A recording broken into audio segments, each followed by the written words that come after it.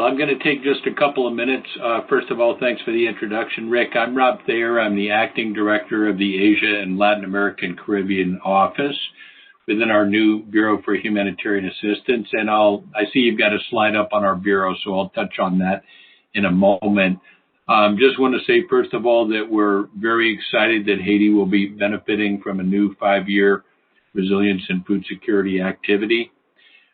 These are a very heavy lift to get going, as most of you know, especially all those of you've been working on this for 18 months or more in preparation. A lot of work goes into these, and I want to extend special thanks, especially to members of the design team, both the core team and an extended team, which includes folks from our field operation as well as headquarters, and also to our USAID mission itself in Haiti. I see Julie Majernik is on, and I believe others are as well.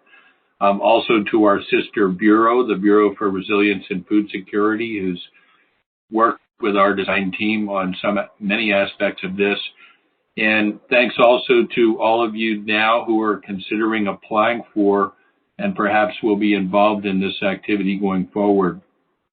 Design of these programs also requires consultation with the host government, the government of Haiti in this case, and NGO partners, the donor community. So Food for Peace previously and BHA now, these RFSAs, as we call them now, are there. We consider them a big deal. They have a potential to have a lot of impact. And it's worth noting also that it's not an easy thing to get an approval for a new RFSA. We only are doing 2 or 3 new ones per year get initiated. I believe this year was Haiti and Madagascar. So congratulations to everybody who worked on this. Again, Haiti is a very appropriate selection. We're all very excited to have this opportunity going forward.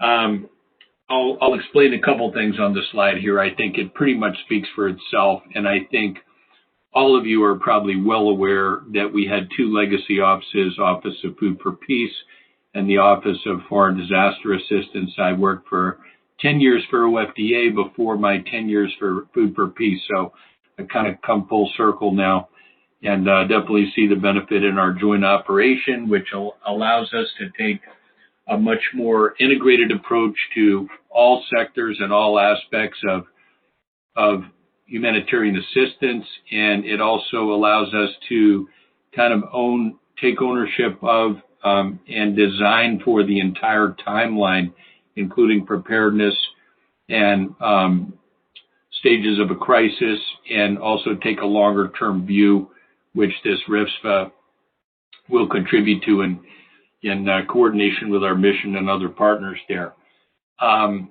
I don't think I'll say a lot about BHA. I think most of you are probably familiar, and again, the slide speaks for itself. We do have 7 offices within the Bureau for Humanitarian Assistance. 3 of them are geographic offices, 1 in Africa, 1 in Middle East, and then again, Asia, Latin America, Caribbean. Our ALAC office is the office that will be interacting with Haiti on this. So, Rick, thanks for the opportunity to open things up. I'm excited to be a part of this with you all, and thanks to everybody for joining. Thanks very much for those opening remarks, Rob. We appreciate it very much. I will turn it over next to Etienne Yonli, who will give a few top-line points from a compliance and oversight standpoint. Over to you, Etienne. Okay. Thank you, Rick. Hi, everyone. I'm Etienne Yonli, Acting Team Lead for the Quality Assurance Team. The Quality Assurance Team is in the Acquisition Assistance Division of BHA's Office of Humanitarian Business and Management Operations. I will cover in the next 2 slides some key aspects of the RFA, including award information. So for this RFA, the number of award would be 1. That information is also in Section 2, Federal Award Information in the RFA. For geographic targeting, we are targeting both the northern and southern mission resilience zones. Resources that we'll be using for this activity is Title II resources. You can learn a lot about Title II by reading the Title II Act and how to program and budget for these funds and the different flavors that are under Title II funds, by reviewing the DHA functional policies, which are currently hosted on our website, and we also have links to these policies in the draft RFA. The procurement instrument we'll be using for this activity is currently we are planning for a cooperative agreement. This is, of course, subject to the agreement officer discretion should it change, but the plan is to do a cooperative agreement, so do expect substantial involvement. The RFA, the draft RFA, I should stretch draft, also we've included element of substantial involvement in the draft as examples. Final decisions would be at the agreement officer discretion. So I mentioned a single award, and so it would be for $50 million for a 5-year period. So this is what we are expecting you to budget for. So that's the ceiling. It can be less depending on your specific application, and any cost extension to this initial plan, would be subject to DRE. In terms of the resources, the breakdown is 50% of 202E and 50% in in-kind community and associated costs. Next slide, please.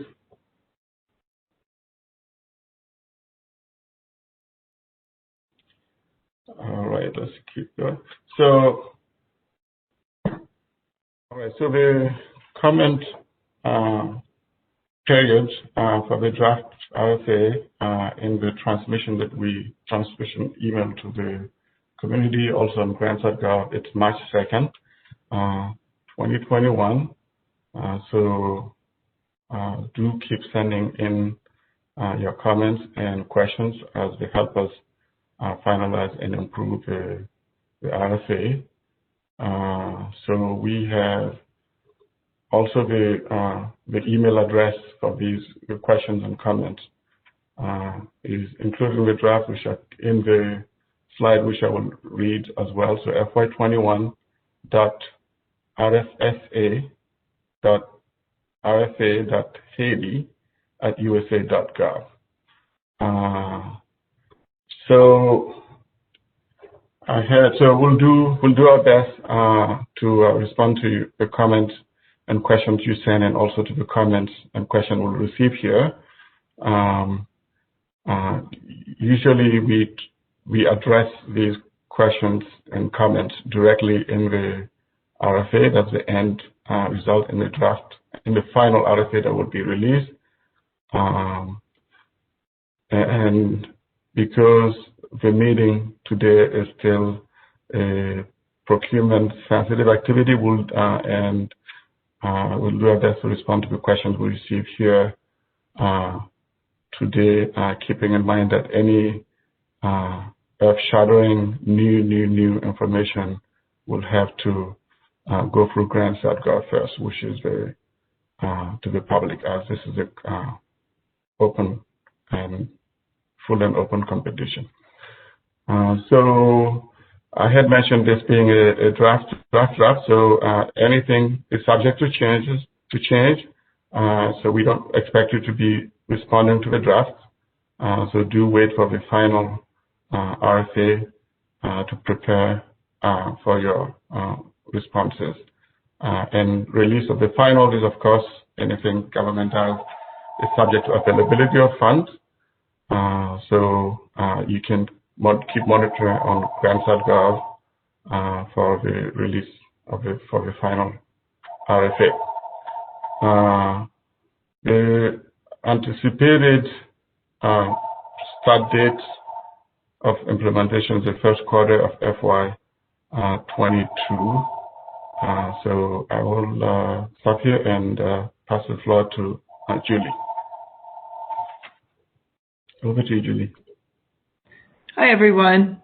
My name is Julie Majernik, and I'm the new office chief for the new Office of Humanitarian Assistance, known in Haiti as OHA. We are modeled, of course, after BHA, and we combine Legacy Food for Peace and Legacy OFTA.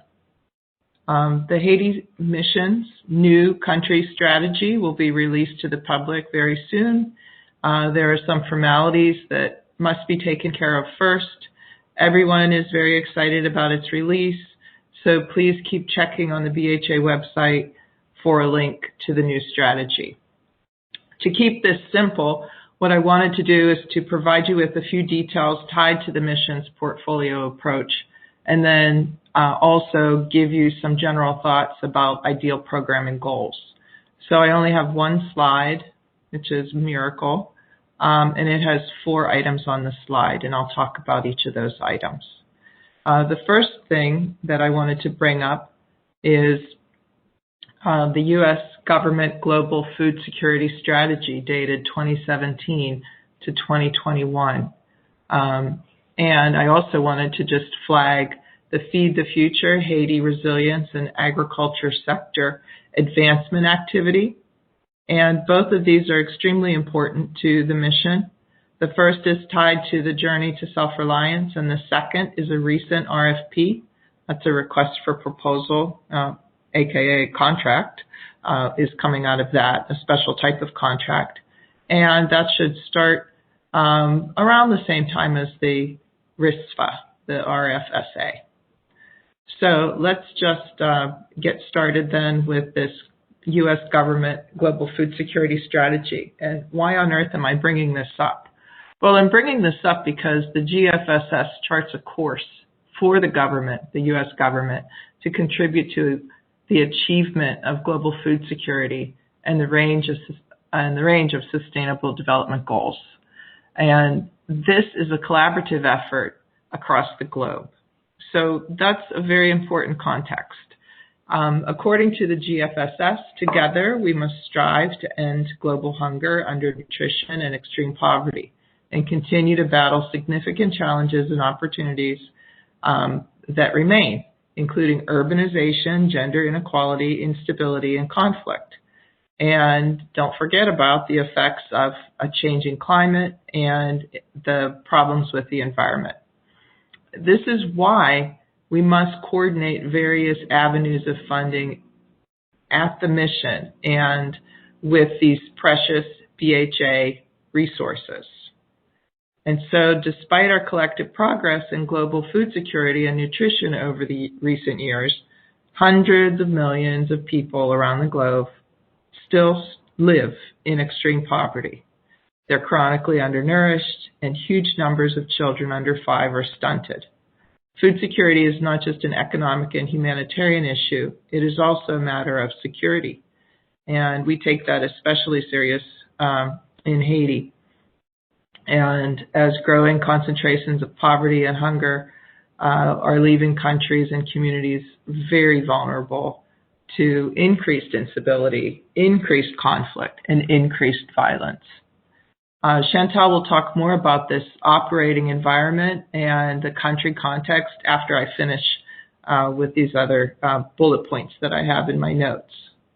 Now on to the HRSA. So the HRSA is Feed the Future's Haiti Resilience and Agriculture Sector Advancement Activity. And the goal of this request for proposal, HRSA, is to increase individual, household, and communities' resilience through strengthened, well-functioning, and inclusive markets. Its purpose is to establish and strengthen sustainable, inclusive agricultural market systems that are resilient to shock and stresses. this activity is a tool for advancing economic and food security. USAID Haiti anticipates that the award of the contract with a period of performance of 5 years will probably have a total estimated cost between $25 million and $30 million. And the type of contract, in case you're curious, is actually called a cost plus fixed fee. And we're hopeful that the coordination of the RFSA and our RFA or our RFSA will work. And again, that's why we're working in the same resilience zones as detailed in the RFA. In the RFSA, the RFP performance work statement actually says that in order to establish and strengthen sustainable, inclusive agricultural market systems that are resilient to shocks and stresses, the offerer, we actually included this statement so that you can see how they're linked together. The offerer actually has to integrate 3 main objectives: increase market system efficiency, increase private sector investment and engagement, and 3, increase household and community ability to recover from shocks and stresses. So in short, that's speaking our language, the OHA language, the BHA language, and your language if you're interested in pulling together an application for this RFA. So this third point underscores the importance of resilience at the household and community level. Finally, here are some general thoughts about programming goals. And the first is, with the Haiti Mission Portfolio approach, we hope that households, communities, systems, all of them are strengthened through an integrated approach to addressing chronic vulnerability, because the resilience of targeted people, households, community, and systems to shocks and stresses will be improved after investing in the RFSA and the RFSA. So that's our big picture. That's what we see. Resilience is crucial to creating a stable, prosperous, and self-reliant Haiti. And they're intertwined and they're dependent on each other. Note that the mission invested in the establishment of a new unit for resilience and new partners engagement. And this is showing the seriousness that the mission places on resilience. And finally, I also want to mention the RISE project has just been approved. And this is the mission's education program. RISE stands for Resilience in Sustainable Education. And again, I just want to underscore and highlight that this integration is extremely important, and this is the mission's approach. The focus for all of these various projects activities is in the resilience zones, and Rick will go over the mapping of this with you soon.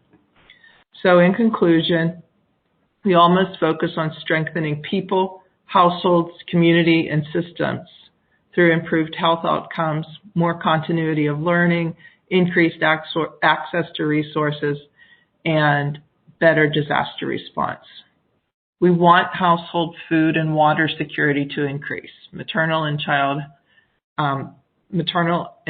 household and community health to improve, kids to go to school, people to eat better, people to make a living, and save for troubling times. And we know that when individuals are better prepared to be productive members of the workforce, local actors are more empowered to lead change and economic opportunities are expanded. And for this, we're very hopeful. And we need your creativity and your experience to contribute to this envisioned mission approach. So now I'm going to turn it over to Chantal, my colleague here at the mission. Thank you. Over. Thank you, Julie, and good afternoon, everyone. My name is Chantal Otat. I'm working as project management specialist for the BHA Haiti office based in Port-au-Prince. I'm going to provide a brief overview on the Haiti context and background. As you might already know, Haiti is a poor country with a lot of economic, social, and political challenges. So 25% of its population fell below the extreme poverty line of $1.9 per day, and 59%, approximately 6 million people, live below the national poverty line of $2.41 per day. And the country is also very vulnerable to natural hazards, climate change, environmental degradation, political instability, kidnapping, and gang violence. And recently, Haiti has been facing a lot of political pressure that led to what we call payload incidents. And for those who don't really know this term, payload is a type of country lockdown where main roads are blocked and movements are restricted all over the country. So that had significant impact on the country economy by driving up food prices and also reduce employment opportunities. And when it comes to basic services such as health, education, water, electricity, people have limited access to those services. And also there is a high level of food insecurity countrywide, also poor infrastructure, and also another challenge is gender inequality.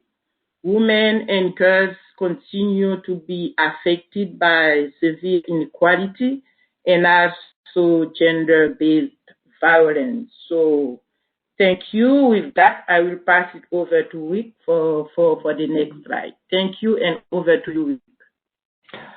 Thank you, Chantal. So I want to draw everyone's attention to the map here of Haiti. This shows the focus geography for the RFSA itself. This is a attachment within the RFA as well. For those of you that have reviewed it, this will be familiar. If we look at both upper right and lower left corners of the map, generally speaking, you're going to see green highlighted areas in the northeast and also down in the southwest as well. So what we want to really reinforce for everyone is, as Julie and Chantal had mentioned, the mission has specific resilience focus zones which are located within the Northeast and the Southwest. So looking at the map, you can see there are a number of communes that are shaded in light green in the Northwest and also in the Southern Department. And the dark green zones, or the dark green communes, are those that are the specific communes which the RFSA should be implemented within. So just for example, if you're looking at the northeast portion of the country, you can see there are, we'll get back to this in a moment. We lost our presentation, but there are 8 communes that are located in the Northeast Department, and there are 3 communes located in the Center Department that are highlighted dark green, which are the mission, the RFSA focus communes, which applicants should target. In the southeast of the country, you can see the light green shaded communes in the South Department is also where the mission has its resilience zone located. And you can see there are 4 communes there within that are situated within the mission resilience zones. And then we also have 4 communes as well that are located in Grand Anse.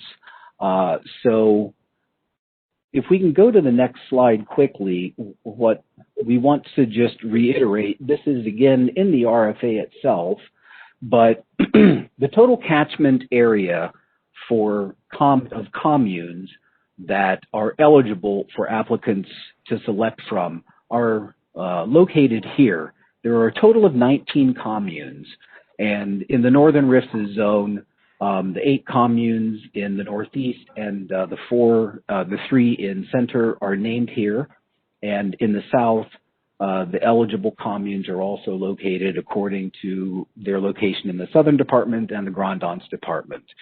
What's really important is that this is the catchment area within which applicants are free to select which communes they want to work in. So you should not feel compelled to work in all 19 of these. It is up to applicants to design based on your own solution which of the communes you feel most appropriate to work in.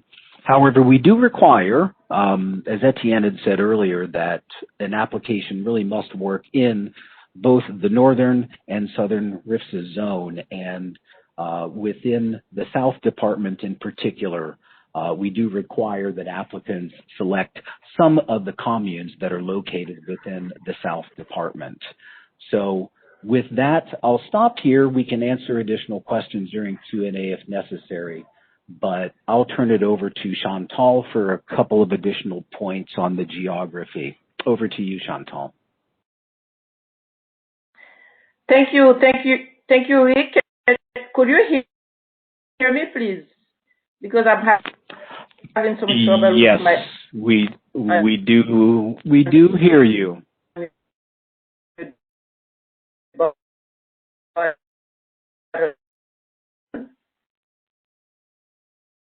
Okay. Thank you. So I will be presenting some key attributes of the reason why those two regions have been selected for RFSA. As mentioned earlier, both regions are part of the Haiti Mission Resilience Focus Zone. The Northeast and Central Plateau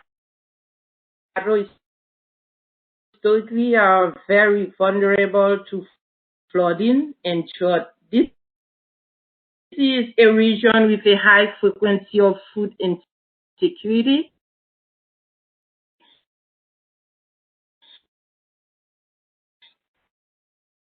and chronic malnutrition. And as a matter of fact, this region has been classified as IPC3 since 2015.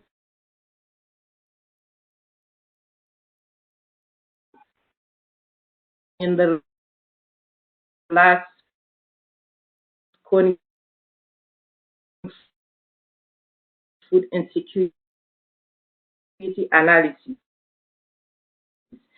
And for those who are not really familiar with the IPC terminology, it stands for Integrated Food Security Phase Classification, and it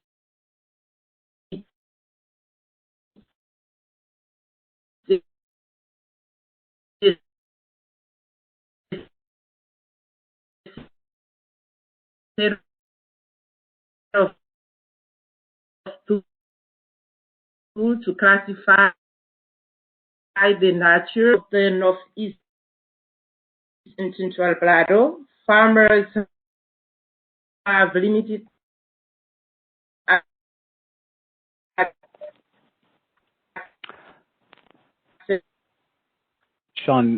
Chantal, please forgive me, Chantal. Chantal, please do forgive. Sorry.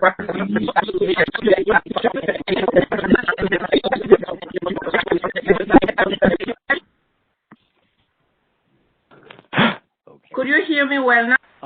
That came through good. Sorry about that, Chantal, and everyone on the call. That's okay. No worries. Just some very slow connection there on the call, but suffice to say, these attributes that everyone is able to see here are unique elements of both of the resilience zones in the Northeast and Central Plateau, as well as in the Southern and Grand Anse departments as well. And I think with that, we can proceed then to Marta for the next slide, if that's okay with you, Marta. Over. Thank you, Rick. Can you hear me, please? Yes, we do. Okay, thank you. My name is Marta Perez Jaime, and I work as a humanitarian assistance officer in BHA.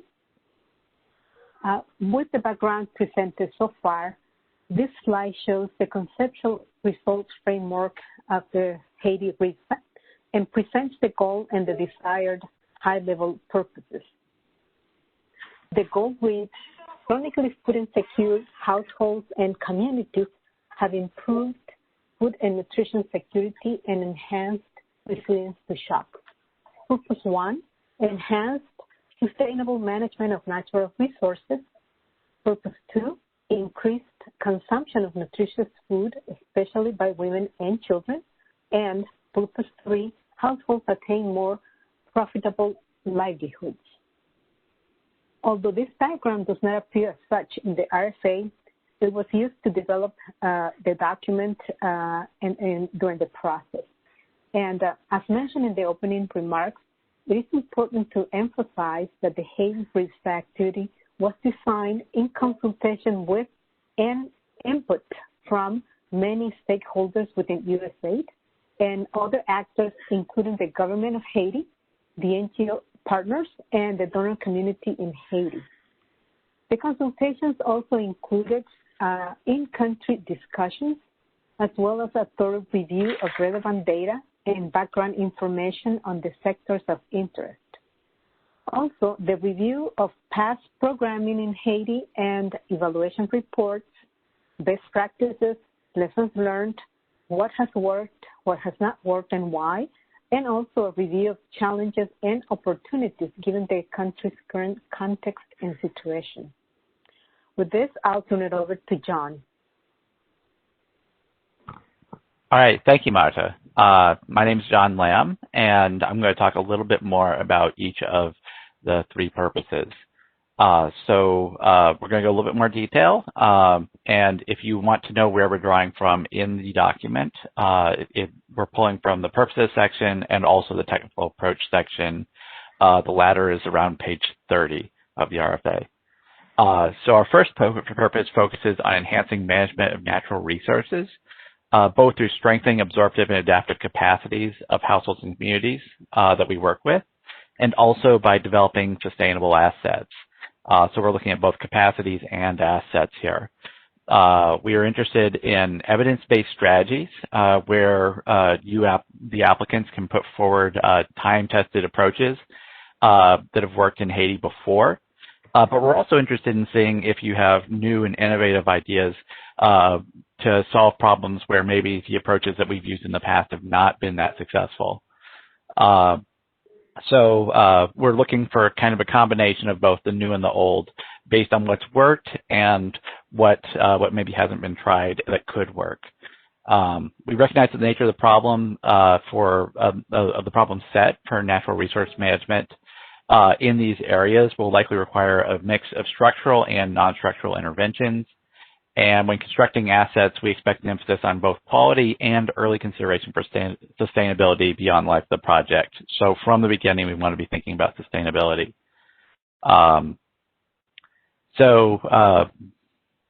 Let's go ahead and move to the next slide. So slide 2 focuses on improving nutrition outcomes through key behaviors and improved access and availability of nutritious food. These activities should focus on improved outcomes for groups vulnerable to malnutrition, including pregnant and lactating women, children under 2, and adolescent girls. You can see more page 40 for more details on these groups covered under the 1,000 Days approach. For behavior change messaging, we ask that partners focus on prioritized set of behaviors in order to improve chances of retention. Activities, and we do support activities to increase access to preventative and curative services where those are deemed critically necessary. There are a number of angles by which partners may choose to address the availability, access, and utilization components of nutrition. And we ask applicants to integrate nutrition sensitivity where appropriate in other sectors. We've included a few examples here, but this is not an all-inclusive list, nor is this a list of must-haves. These are just illustrative. But we do want you to take a look and see where it makes sense to build in nutrition sensitivity to activities across the spectrum. Next slide. All right, and our third purpose focuses on profitable livelihoods for vulnerable populations. We recognize that economic access is a major barrier to the goods and services necessary for a household to be food secure and resilient. While most of the targeted geography covers rural areas, we do want to highlight that livelihoods interventions do not have to be agricultural necessarily. We can support any of the range of off-farm, on-farm, non-farm, what have you, anything that is appropriate to the context. We've identified financial access as one of the major constraints to households growing their livelihoods. And we have applications to think about this problem by identifying opportunities that can be expected to remain accessible to farmers and entrepreneurs, not just in the short term, but as a consistent opportunity for them as they continue from inception of a new livelihood or growing the current livelihood on through the life of that activity. So we really need things that are going to be fit for the needs of these people that we're trying to target. And that often may be community-based. It can be through the formal financial sector, but it doesn't have to be. We ask the applicants build upon existing structures and opportunities within the community that reflect the day-to-day life and reality of the people that we're working with or the programs we'll be working with. And that includes time burdens, family dynamics, access to material and non-material resources. And we expect applicants to also design with an understanding of youth aspirations and the factors that contribute to how youth conceptualize what is achievable. So both in terms of what their current aspirations are, but also helping them think about what the realm of possibility is. And with that, I will turn it over to Fernando. Thank you. Thank you, John. Good afternoon, everybody. My name is Fernando Moyo. I'm a Humanitarian Assistance Officer in BHA. And wanted to highlight for you some of the key program principles to keep in mind. All of these points are pulled directly from the RFA, but wanted to highlight a few of the key ones here. Design for people-centered approaches. People-centered approaches that are both designed, implemented, monitored, and adapted with the participation of local communities are critical for inclusive access and sustainability of planned activities. Carefully designed interventions tailored to the specific set of participants for each separate intervention provides greater potential for impact and long-term sustainability. Prioritization and focus. Effective programming will identify leverage points and factors that address key drivers of food and nutrition insecurity and seek to prioritize and sequence a limited number of interventions. Applicants should analyze the context of the specific communes or departments of operation and identify the priority capacities and needs to develop interventions specific to that context and the targeted populations. This will help keep the design feasible, catalytic in nature, and tailored to the needs of each population.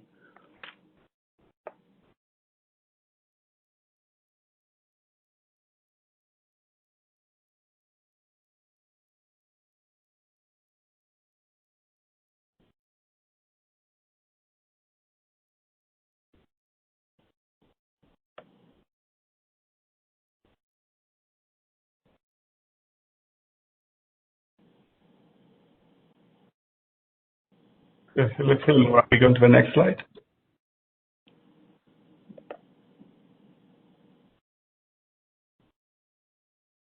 Sorry, can you hear me now? There we go. Yep, we have you, Fernando. Thank you. Sorry about that, lost connection. And on to this slide here of layering and sequence, want to highlight the importance with layering of activities. The underlying assumption for resilience is that by deliberately layering, sequencing, and integrating efforts, the collective activities will produce greater and more sustainable results than any single activity could in isolation.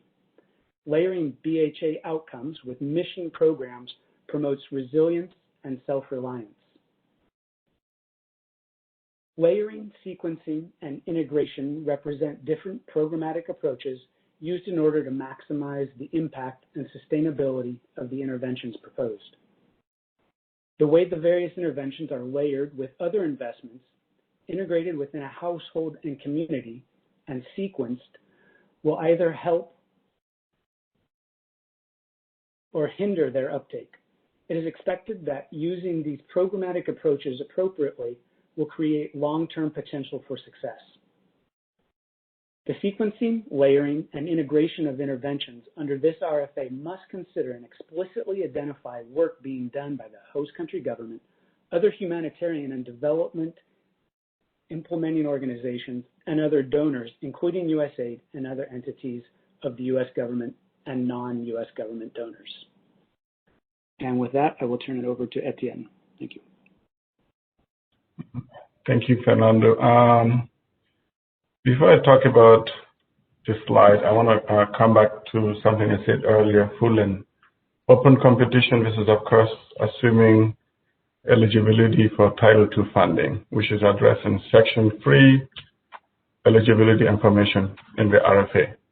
So that being said, so this slide, I would be covering the merit review criteria for the applications that would be submitted. There are 3 criteria, and under each criteria, we have sub-criteria. So one of the criteria is activity design for 75 points, and the second one is management and staffing for 25 points. So the total maximum possible point is 100. Under activity design criteria, we have 4 sub-criteria. One for context analysis, targeting, and conceptual framework for 15 points. Appropriate design of intervention coordinated with other mission activities, that's 25 points. And institutional and local system strengthening, community engagement, and sustainability, the maximum possible point for that sub-criteria is 20 points. Local, gender, youth, and social dynamics, 15 points. So that makes up the 75 points for activity design. The merit review criteria, management and staffing, the 2 sub-criteria we have, logistics, operations, and staffing for 15 points, and adaptive management and learning for 10 points. So that's it for the merit review criteria. I will pass the floor to Ranghi. Over to you, Ranghi. Thank you. Good afternoon, everyone. My name is Ranghi Kim. I am the Senior Advisor for Latin America and the Caribbean at the Bureau of Humanitarian Assistance. I will be covering the section on key personnel, which is reflected on the draft RFA starting on page 52. As you may have already noted, this draft RFA envisions a total of 7 key personnel. 5 of those 7 positions are explicitly identified in the draft RFA, and the last 2 positions are left for the prospective applicants to identify and propose at the application stage, reflecting the proposed program design and activity objectives. The 5 key personnel positions that the draft RFA specifically calls for include 1, Chief of Party, 2, Gender, Youth, Social Dynamics Lead, 3, Monitoring and Evaluation Lead, 4, Strategic Learning Advisor, and 5, the Resilience and Sustainability Senior Advisor.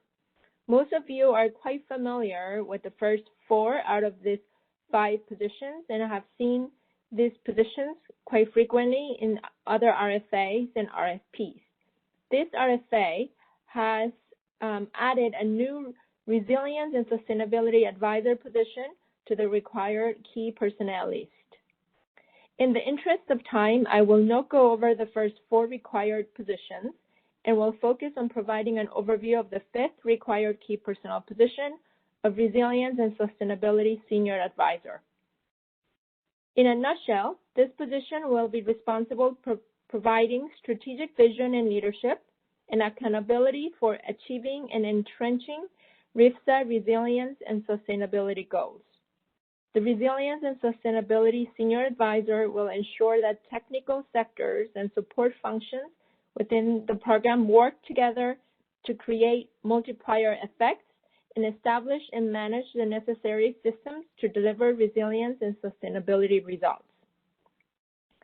As a lead expert in resilience and sustainability for the program, this position will spearhead overall strategic programmatic coherence and coordination, including stakeholder engagements with the Haiti mission, with international donor community, the government of Haiti, and other stakeholders.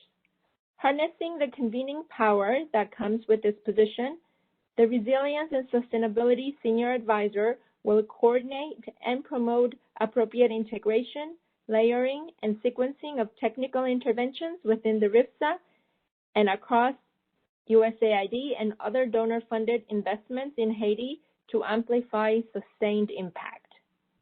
I will conclude by underscoring that the incorporation of this position is a nod to the emphasis we are placing on the achievement of resilience and sustainability results under this RFSA. Thank you, and I'll turn it over to my colleague, Hillary Cook. Thank you, Rang-Hee. Hi, everyone. My name is Hillary Cook. I'm on the BHA Monitoring and Evaluation team. Today, I'm going to present on some of the requirements in this RFA around monitoring and evaluation, learning, and refine and implement. So the theory of change is described in the activity design section of the main application. The theory of change diagram and LogFrame are submitted in full as Annex 6. But the theory of change will likely be referenced in the activity design section of the application narrative. BHA encourages applicants to prioritize a limited number of pathways that are most relevant to achieving the activity goal to focus the activity. The RFA asks for an abbreviated LogFrame as part of the activity design narrative as well.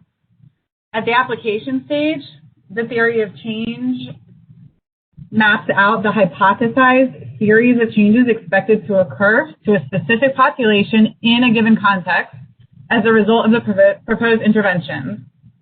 The theory of change in narrative form is used in the activity design section of the application, and the theory of change diagram and complementary documentation are submitted as part of Annex 6. The activity design section also includes an abbreviated LogFrame with a more complete LogFrame submitted as part of Annex 6. We just wanted to highlight some of those, the things that are in the narrative and then the things that come in Annex 6. So the LogFrame at the application stage should reflect the theory of change and provide indicators and targets only for the higher level impacts and only for baseline indicators, so not monitoring indicators. The LogFrame should also include information about data source, data collection methods, and assumptions from the theory of change. Details on all of this information and what I'll also continue talking about on the next couple slides are provided in the Monitoring and Evaluation Policy and Guidance document that is linked throughout the RFA. Next slide, please. So the geographic targeting for this RFSA in Haiti aligns heavily with the resilience focus zones. So, and people have been referring to this throughout. So post-award, the awardee will need to align the M&E plan with the mission's resilience MEL requirements. And USAID will assist and be part of this process as well. For the evaluation design, BHA hopes to conduct an impact evaluation, preferentially in experimental design.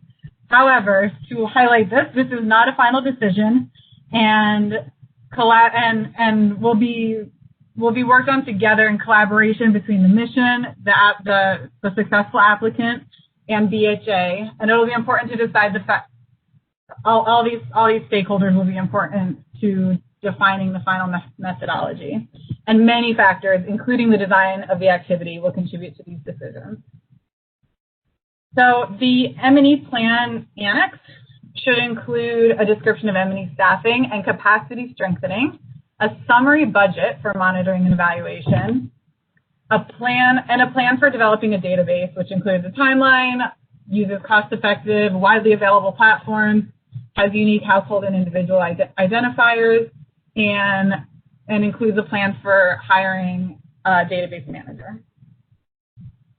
And so all of that information is also in Annex 9.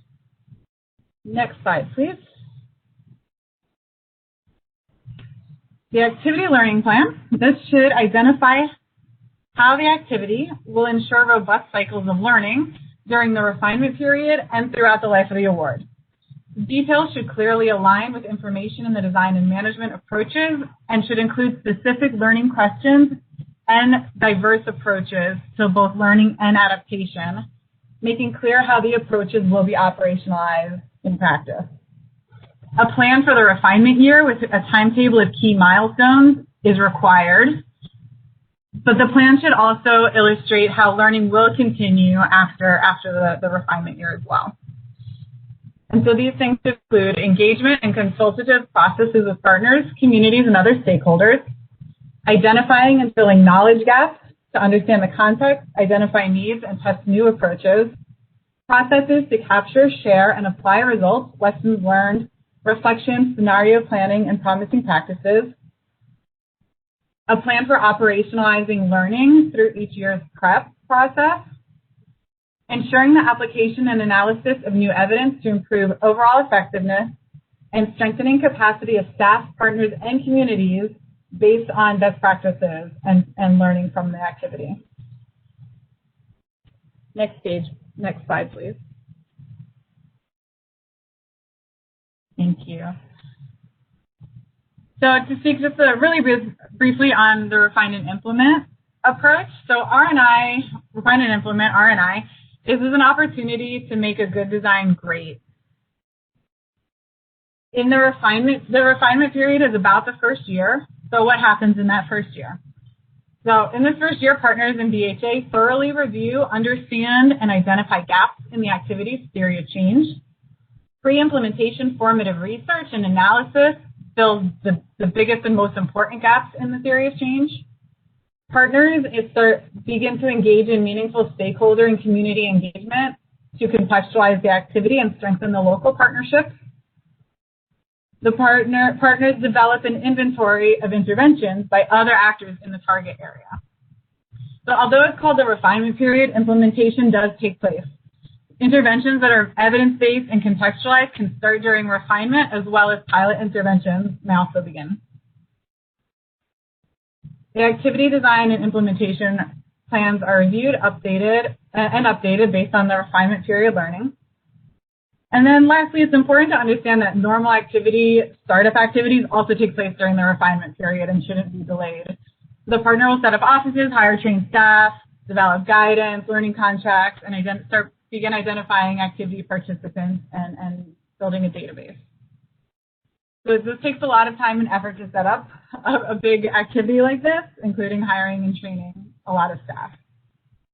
So the refinement of the activity does not end at the end of the refinement year, but partners are expected to continue learning and adapting throughout the life of the activity.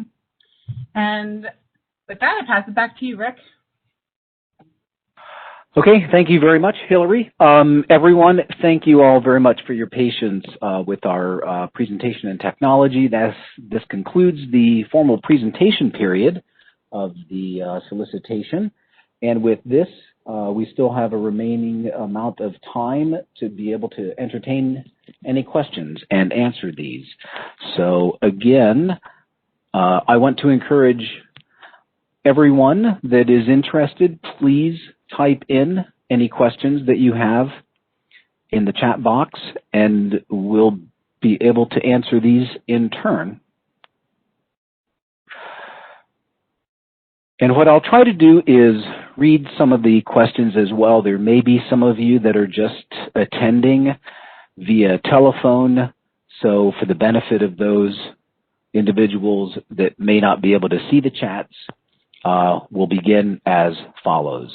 So the first question is, can BHA explain the rationale behind inclusion of up to 50% in-kind Title II food in this Haiti RFSA award, considering that distribution of in-kind food aid does not necessarily support long-term sustainability?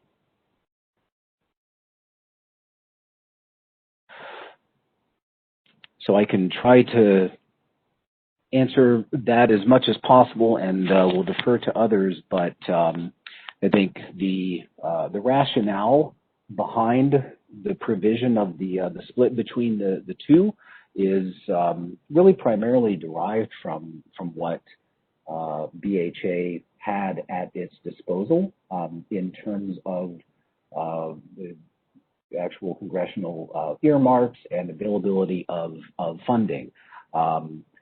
We recognize that there's a lot that is able to be done in terms of the split between the two types of resources, but that great care does have to be taken to try and be appropriate in terms of lack of market displacement and appropriateness of other commodities that could be provided locally. So I will draw attention to the fact that we do have a number of studies that we have actually completed, and they are posted and they are available for everyone to review on the development program's website.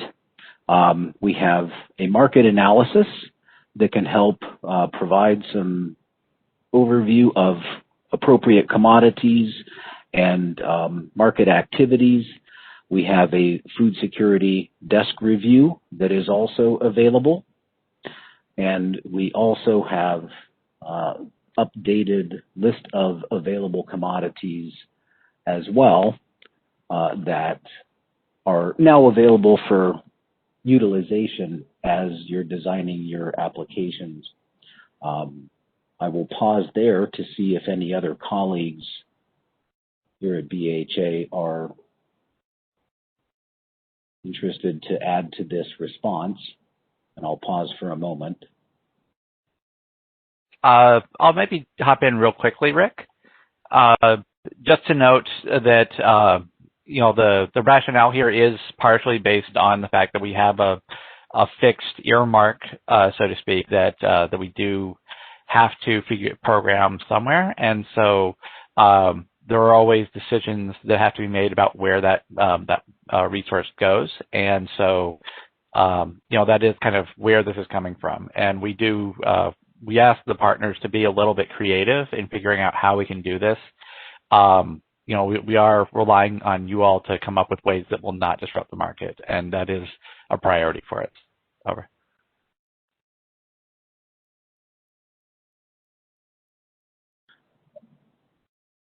Great. Thank you, John. The other question concerning which two RFSAs will be released this year, I'll defer to Etienne if you care to answer that, but we'll just keep our focus on the Haiti RFSA for purposes of this conversation. Thank you, Rick. I think that there was mention of Madagascar, but I believe the person intended to say Mozambique, which was released today, and an email will also be going. It's been released on Grants.gov, and email will also be going to FSAG for those who are interested. So that's all I can say. Thank you. Thank you, Etienne. Also looking at the next question, again in reference to the Mozambique RFSA that was released, it's noted that BHA does not intend to prescribe the amount of in-kind Title II commodities applicants must propose for the time frame during which they must be programmed. These decisions will depend upon each applicant's activity design. Would BHA consider including this language in the Haiti RFSA as well? I think we'll certainly give some consideration to that as well, Mara. Thank you for asking that question. Rick, I would like to add that it's a draft as well. Indeed, thank you.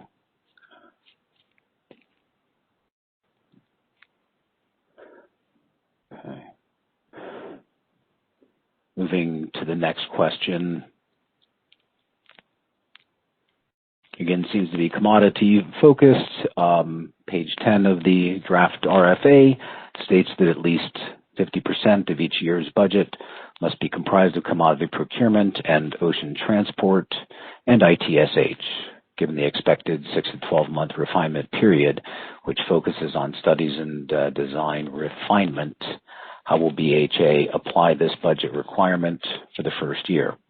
Similarly, year 5 is expected to focus on scaling down and handing over project activities in anticipation of closeout. Would BHA consider accepting years 1 and 5 from the 50% budget requirement?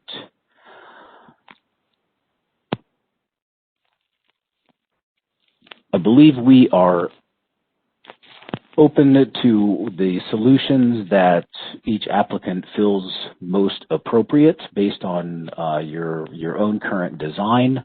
I think we will leave the final consideration for that for you as applicants to decide. But I'll also defer as well, John, if you have any other additional thoughts to add to this point as well.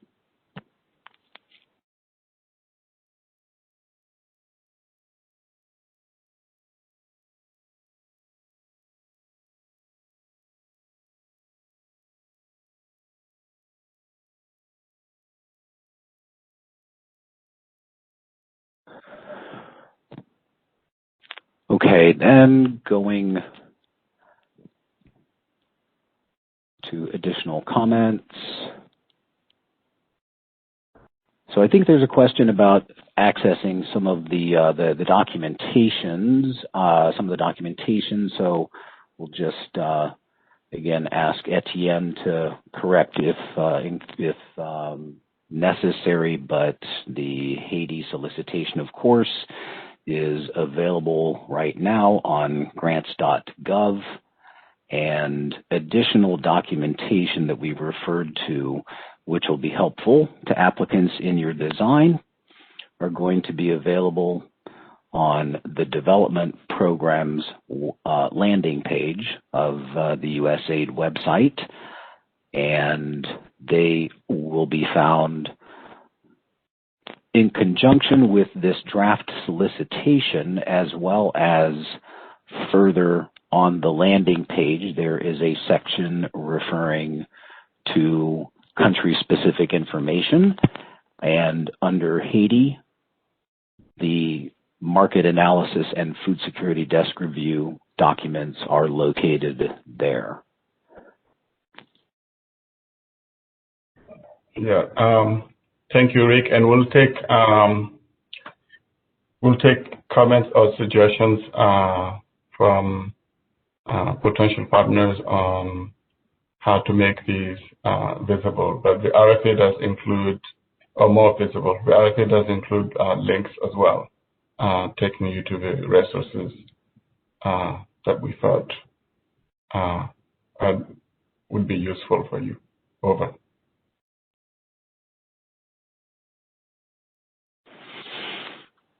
Thank you for that, Etienne.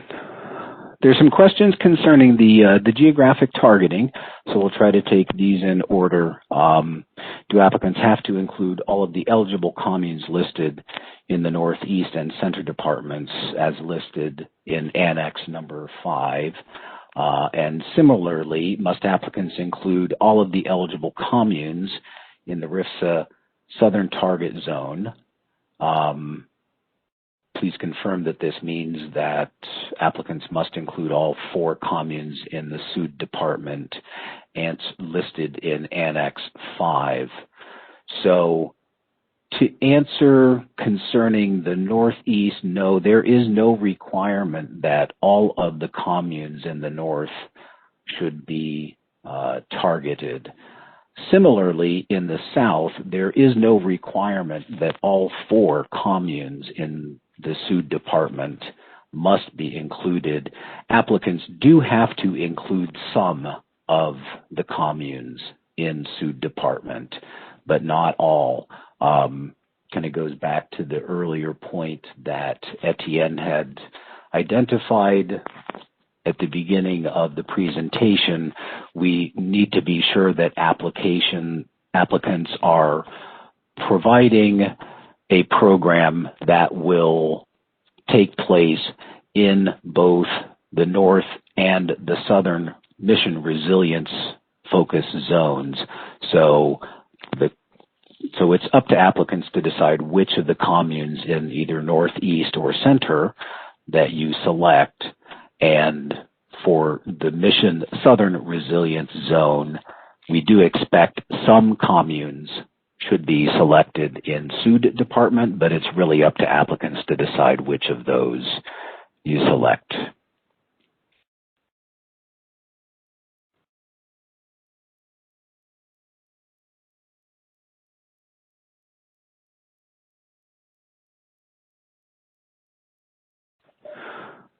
Moving on to additional questions.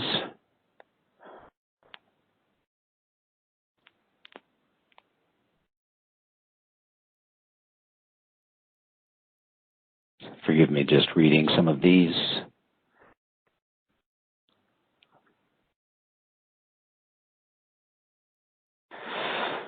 May applicants include other communes outside of the prioritized departments? The solicitation, I will absolutely refer you to the original language, but the list of communes that are provided as an annex are the ones that we expect would be selected from. Any commune that does not fall within any of those 19 communes would likely not be favored. It's obviously always up to applicants to determine what you think. Then you would have to make a very strong case for those as well. Let me pause there to see if any other colleagues wish to add to that.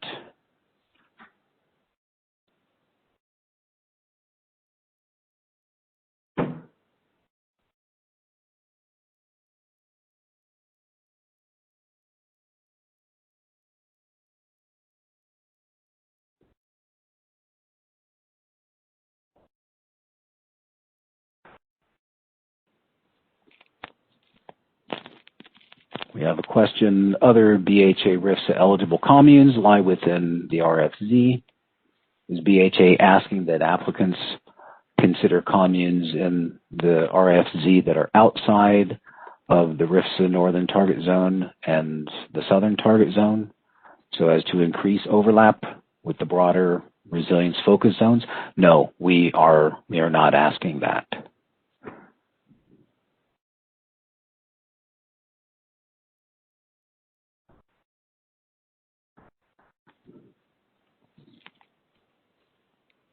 For applicants interested in future RFSA opportunities, to what extent can we extrapolate the details and strategy of the Haiti framework to other countries?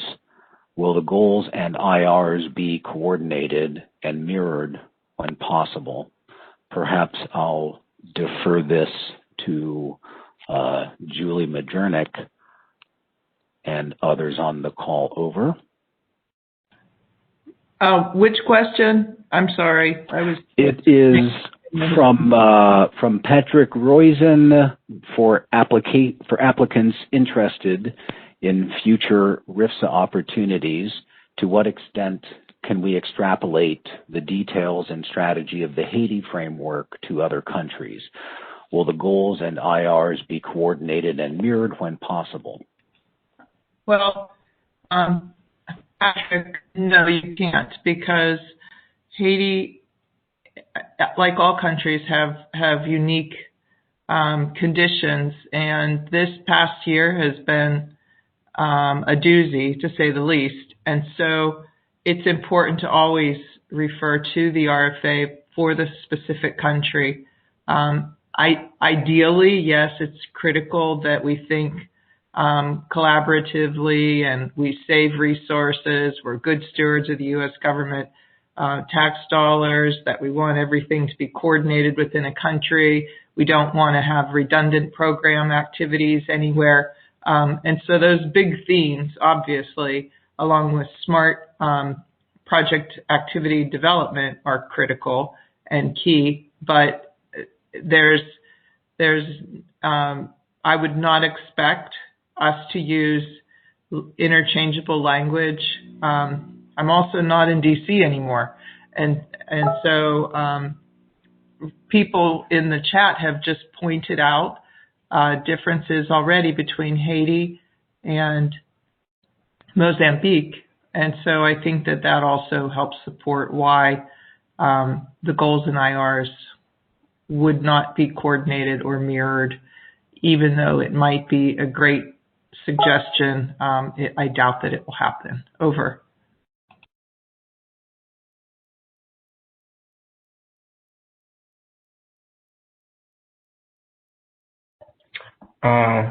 Rick, nothing to add from the grant side. Julie covered it well. The best is to actually review the specific RFA for the specific country to be sure you are responsive. That's the best way. Over. Thank you, Julie. Thank you, Etienne. Next question from CRS is, since the last Bellman study was done in 2013, will USAID provide the necessary market information to justify the commodity modality, or is that expected of applicants? I think that we covered this perhaps, but I'll just again make note and maybe refer to John Lamb or others. We do have new market analysis and food security desk review studies that were posted very recently that should help guide applicants related to the appropriateness in terms of commodity modality. Those are available on the website. Anything else to add to this point, John? So just to clarify there, we do have market analyses on there. They may not be labeled as Bellman studies. But the Bellman Amendment requirements are to have conducted analysis to ensure that we have adequate storage available in country and that distributing commodities will not undermine local production. So that is what those studies were set out to do. So the market analysis, that has been provided online is what you're looking for the Bellman.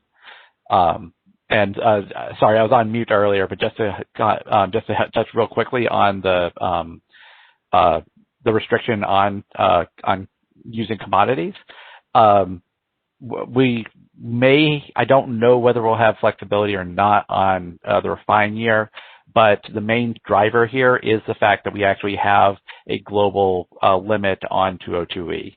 And so there actually are some legal restrictions on how much of this we can use. In order to increase the ability to use non-commodities, that means it has to come out somewhere else, and that's the main problem that we have here is that some other program would have to be not using it for this program to use it. Over.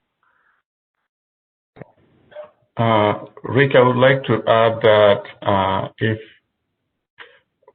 potential applicants have further questions and comments about this, they can also include it in the email so we can consider addressing it if there is a possibility. Over. Very well noted on that, Etienne. Thank you for that. And John, thank you also for the clarification on those points as well. Again, there's another question related to whether applicants should select all 4 of the highlighted communes for the Southern Department. Again, we think the RFA language is fairly clear. It is up to the applicant to decide which among those communes are most appropriate based on your design, but we do expect that at least some of them will be selected. Next question. Oops, sorry.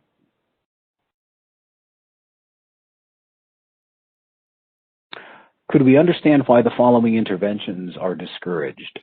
Weather-based index-based insurance, keyhole gardens, and volunteers in place of staff as frontline change agents and community-based early warning systems. I will turn that over to you again, John, or anyone else on the team that would like to address that. Over.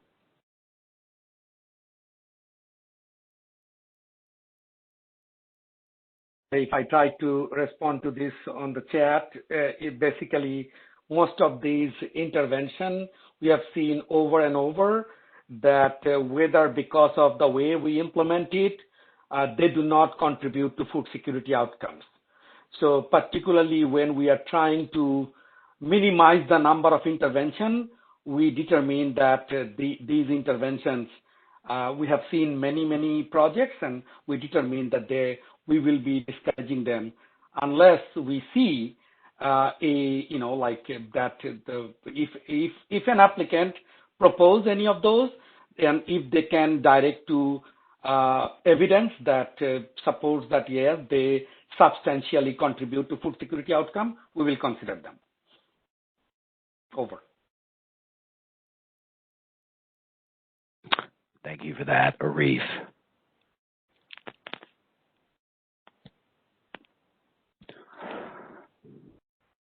We have some additional questions about working outside of the prioritized communes in general.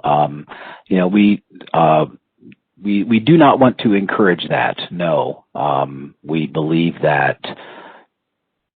the identification of the communes were deliberate. We think that is a sufficient number of geographic communes within which applicants can select and program effectively. So within those communes is where we would expect applicants to design their interventions. But again, we do not expect you to work in all of them. And the solution really is up to you as applicants to determine which of those you would choose to select. And I think we have another question then concerning energy efficient stoves.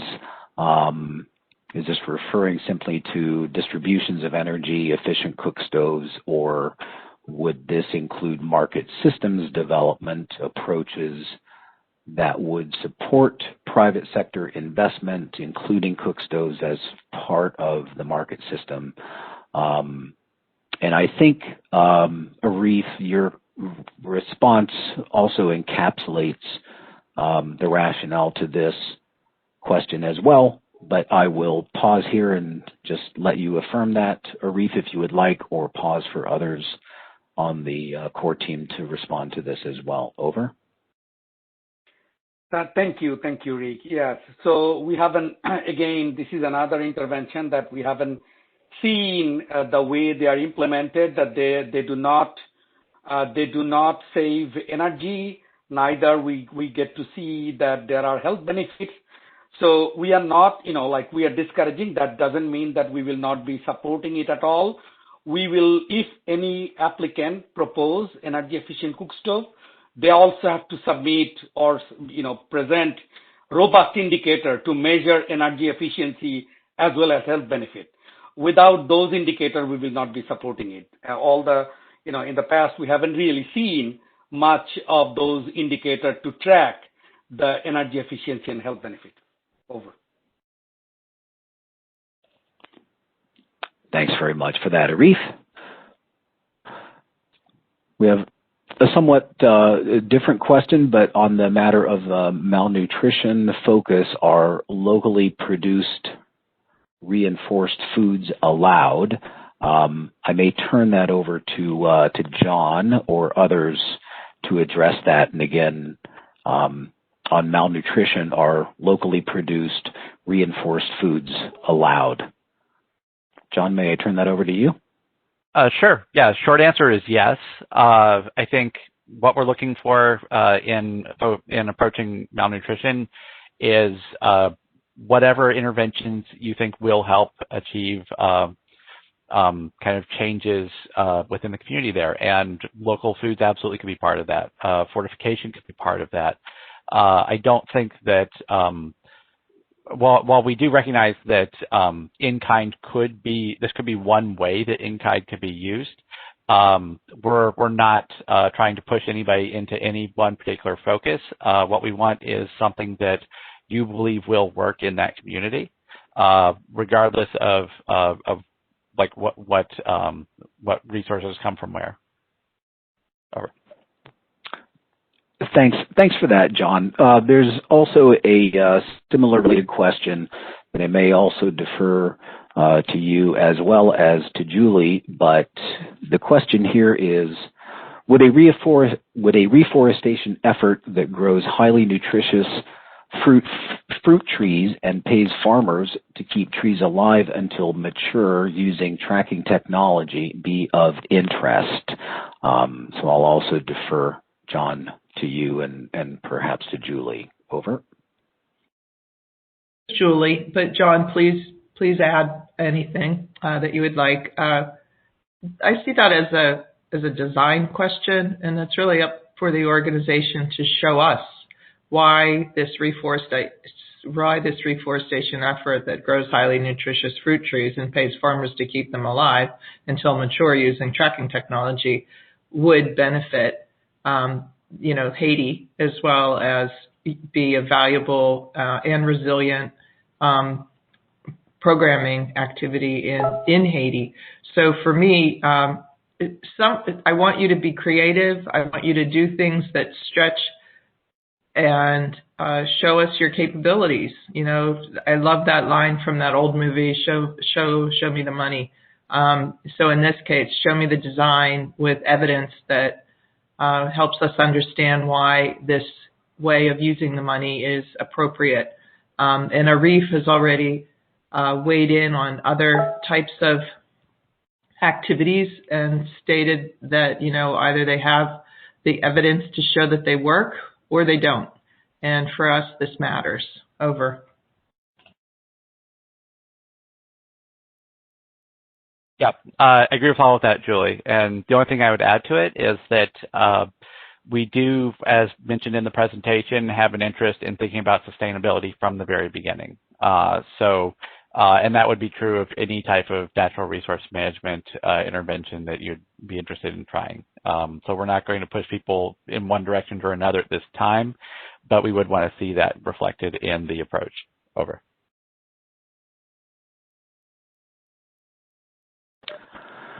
Julie and John, thank you very much for that.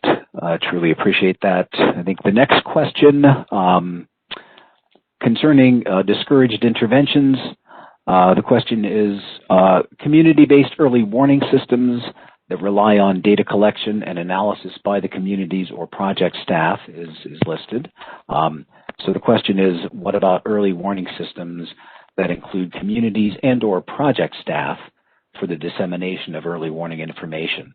Is BHA saying that it advises against EWS as a strategy for DRM in general? Please clarify. And perhaps I can turn that back again, Julie, to you and to John for this. Over. Okay. So Meta, who used to work in LAC, knows with USAID, with the Office of Food for Peace, knows that there's a lot of money and a lot of planning in terms of disaster risk management and early warning systems. So anything that would be additive and coordinated, of course, would be considered. But if it's redundant and expensive and isn't beneficial, probably it wouldn't be looked at favorably. And so community-based early warning systems are very important, and data collection did happen under the previous multi-year development award. Systems were built and are still used, so they were sustainable. USAID is actually supporting the use and expansion of one system. And so do we want to create a redundant system? Absolutely not. Do we want to expand and reinforce a system? Sure, sounds like a good idea. But again, it needs to be shown in the application why this is a good idea, and knowledge of the other systems in place would need to be taken into account. John, want to add anything, or anyone else? Over. Nothing from me, thanks. I can add, thank you, Julie. Thank you, you're Irby. saying that if the information is collected by government or any credible organization, we do support transferring or disseminating that information into the community by community, members, or whatever the system that the community-based early warning system is going to be developed. But we do not necessarily support, we cannot just predict rainfall pattern based on putting a weather, rain gauge on my backyard. So it requires advanced analytical skill, and it also requires taking into account the regional weather system, and often the community lacks that kind of analytical skill. So that's why we do not support those, but we definitely support what Amy wrote in the chat box, that the last mile solution, bringing that data to community, helping interpreting that data to the community. Over.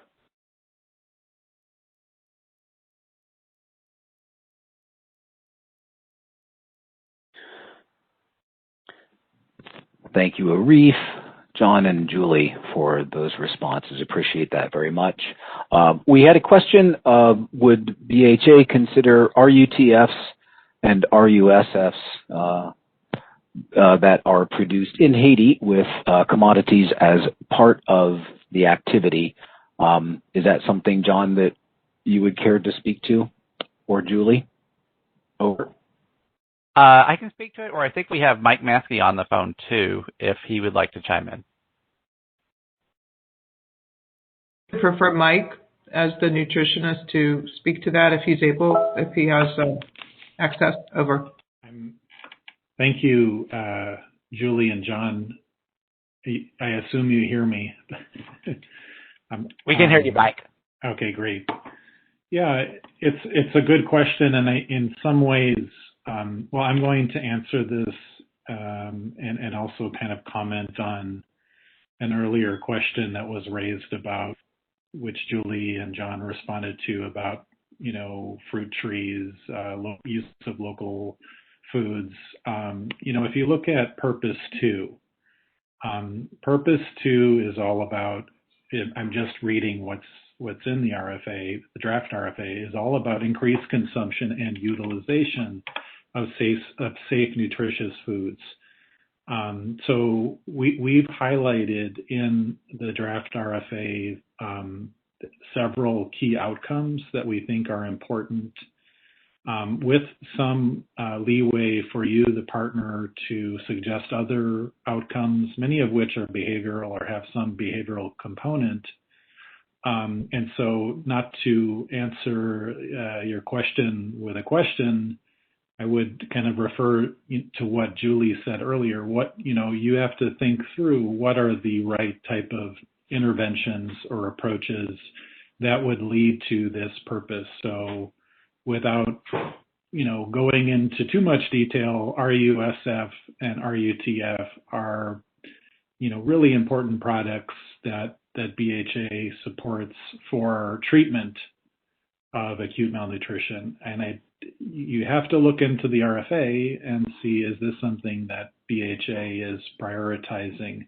Now, that doesn't mean that you can't make some linkages to what other partners support. As you know, UNICEF and World Food Program, they are key partners for providing and ensuring the supply of these products. And so I guess just to come back to your question is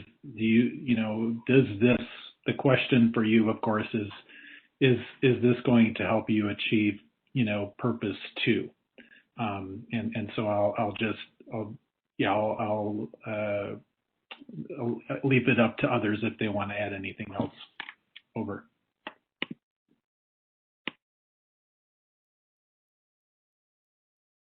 Thanks very much for that, Mike. Really appreciate you jumping in. Very helpful and insightful. I will also cover what I believe so far may be the final question so far, which does relate to key personnel. And the question is, could BHA explain the increased experience requirement for the SLL key position? In previous RFAs, the CLA/SLL role has required 3 years of relevant experience. However, this RFA requires 8 years of experience. It seems such an increased experience requirement will eliminate a lot of otherwise well-qualified or well-suited candidates. And so an SLA position, duly noted. Thank you for that clarification, Mitch. I will defer the answer to Rang-Hee Kim or others that may have some additional thoughts to add to that. Rang-Hee, may I refer to you? Thank you, Rick, for that. Thank you for this question. We really wanted this position to bring a lot of experience into the strategic learning piece.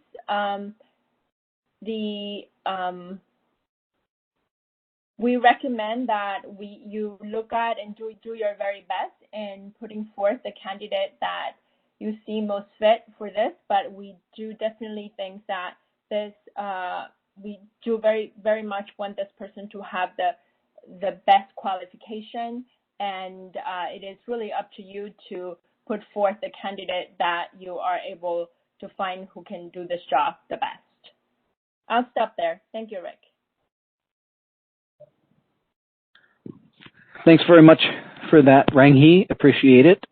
There is probably one additional question for you. The draft RFA on page 53 describes the requirements for the COP as the COP must have prior experience working in Latin America and or the Caribbean, familiarity with the country's social, political, economic, and cultural landscape, and demonstrate sorry, I lost my place, and demonstrate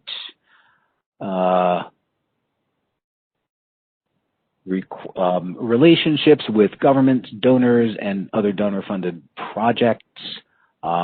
Given that Haiti is an outlier within the Latin American Caribbean region, could BHA consider loosening this requirement to include complex operating contexts outside of the region and similar socioeconomic and political dynamics as that of Haiti? I'll defer this also to you, Rang-Hee. Thank you again for that question. I am trying to read your comments, and I think in line with what I mentioned earlier, I think that you as an applicant should focus on trying to put forth the best candidate. We would be happy to take this comment and discuss this internally and take your question and your request as something that we can explore and revise or relook at it for the next version of the RFA. Thank you. Thanks for that response. Indeed, Rang Hee. Appreciate that.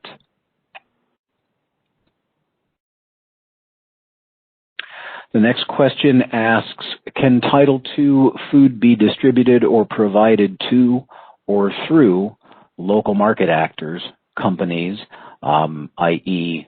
provided indirectly to beneficiaries?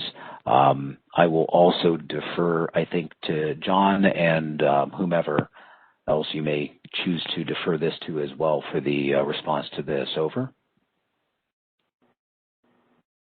Anybody else wants to chime in, or say no, stop? Then go ahead. But our requirement is that we have to use the commodities to support programming for this population. So I think that we are open and willing to be flexible on what you can come up with to do that. That's the right answer. Thanks for that, John. Anyone else on the Haiti team care to add to that? If not, we can go to the next question. Or actually, I see, sorry, Mike had responded here related to nutrition-related questions that, Mike, you wanted to highlight multi-sectoral nutrition and social and behavior change. Mike, is that something you'd care to continue to elaborate on, or perhaps you have already covered that sufficiently, Mike Mansky? I will pause here for you to respond and elaborate. Over. No, I just something that I wanted to add earlier, Rick, but neglected to, just because I referred to Purpose 2, but there is quite a bit more detail. You just have to, people just have to scroll down to find more, which we do refer, it is referred to in Purpose 2, of course, but it's kind of additional details that are meant to help applicants. Indeed. Yeah, indeed. Thank you. Thank you for that additional point, Mike. That's a very appreciated and good observation. The next question comes saying, I know that you had said that the revised final RFA release date was to be determined, but do you have a sense of a window when we can expect that? Etienne, I will defer to you for this. Over.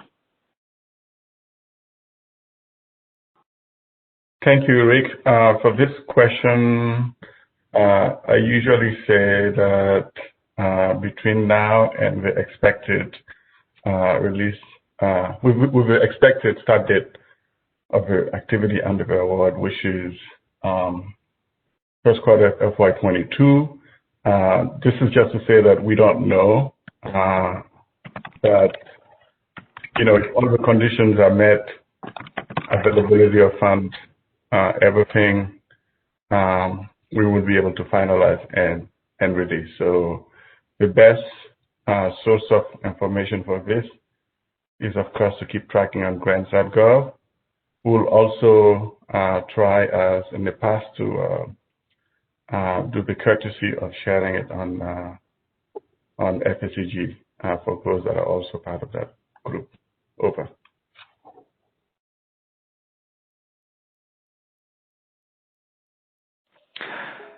Thank you very much for that, Etienne. Appreciate that greatly. There may have been some questions that I skipped inadvertently. I will pause here for a few seconds just to see if any of our implementing partners have additional questions to ask. About a specific definition of what constitutes nature-based solutions. Thank you, John. Yes, indeed. Okay. So I just confirmed with one of our advisors that we do not have a specific technical definition for this. We do have several teams that work on the issue, but we don't have an internal operating definition that's unique to kind of the general industry one. Over. Thanks very much for that, John. Appreciate that. I'll continue to pause here and give a little additional time if anyone had a question that was overlooked inadvertently. Certainly feel free to pose the question again.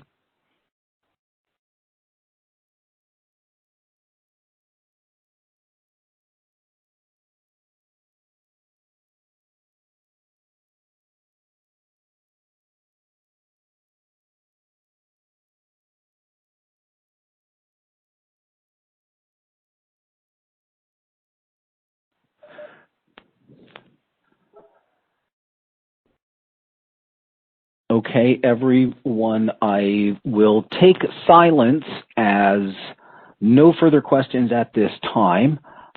Again, I want to sincerely thank all of you for expressing your interest in the solicitation and for the very good questions and back and forth and allowing us to further clarify the RFA itself. Again, I think we will go ahead and wrap up since there are no further questions. Do indeed keep an eye out for the final draft RFA. The closing period for this current draft is March 2nd. So if there are additional questions that you all still may have that occur between now and March 2nd, again, please do send those to the email that is listed in the draft RFA. With that, I will thank everyone for your participation. We appreciate it greatly. Good luck on the response to the final solicitation, and thank you very much for your interest in Haiti and BHA. Everyone have a good day. So yeah, I think we are concluded. Forgive me, I may have broken up, but thank you all for your participation and interest, and we look forward to seeing applications upon release of the final RFA. Thank you all. Thank you, Rick. Everyone.